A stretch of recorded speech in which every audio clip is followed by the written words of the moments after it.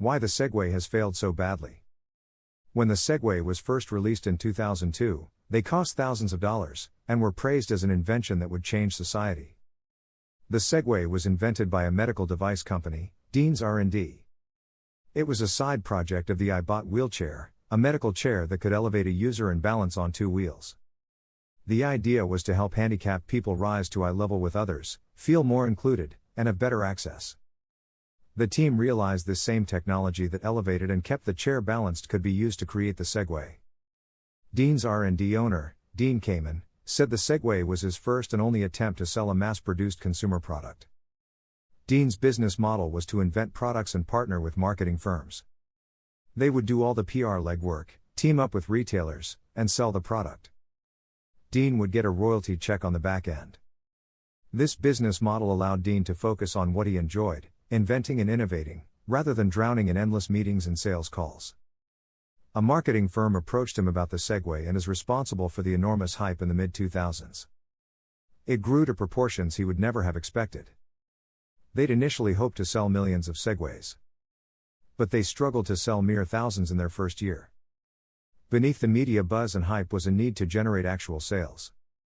And the $5,000 price tag scared away most consumers. This high price was primarily a function of over-engineering. The product was so good that it lasted for decades. They struggled to sell new units to customers because their old Segways worked perfectly, racking up thousands of miles with no issue. While this was happening, the price tag remained stubbornly high. Who actually bought them? The biggest buyers were tech lords and corporations. Disney bought several hundred and used them for employees to shuttle around their resorts. The product also lacked focus. It was sold to 20 different target consumer groups, so the technology couldn't be properly refined for only one niche. The brand image also was problematic. People perceived the Segway as dorky, and that the person riding them was attention-seeking.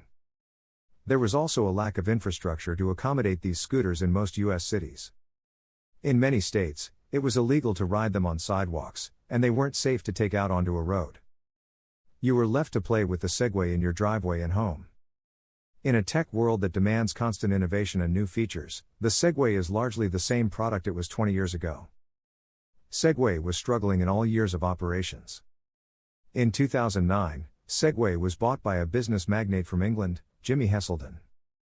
Jimmy Heselden made his fortune when his firm, Hesco Bastion, developed the blast wall basket, which protects soldiers in Afghanistan and Iraq, as a replacement for traditional sandbags. 1 year later, Jimmy Heselden was riding a Segway in his off hours. Dog walker Sean Christie was walking his dog and spotted Jimmy Heselden at the top of a steep incline. Mr. Christie said that he saw the businessman move a short distance backwards in a reversing move he assumed was to make room for him to pass. He said Jimmy Heselden appeared to wobble and then went out of view. He found him lying face down and lifeless in the river below. Jimmy Heselden was pronounced dead at the scene. It was a disaster on multiple levels that also hurt the company's bottom line. A Chinese company bought the rights to Segway in 2015. China was already making cheaper knockoffs which were eating into Segway's market share. Today, you can buy one of their knockoff Segways on Amazon for under $1,000. It was a sad end to a product that was supposed to replace cars for many people. Dean Kamen never made any significant money on his invention. He begrudgingly accepts that he'll always be remembered as the Segway guy.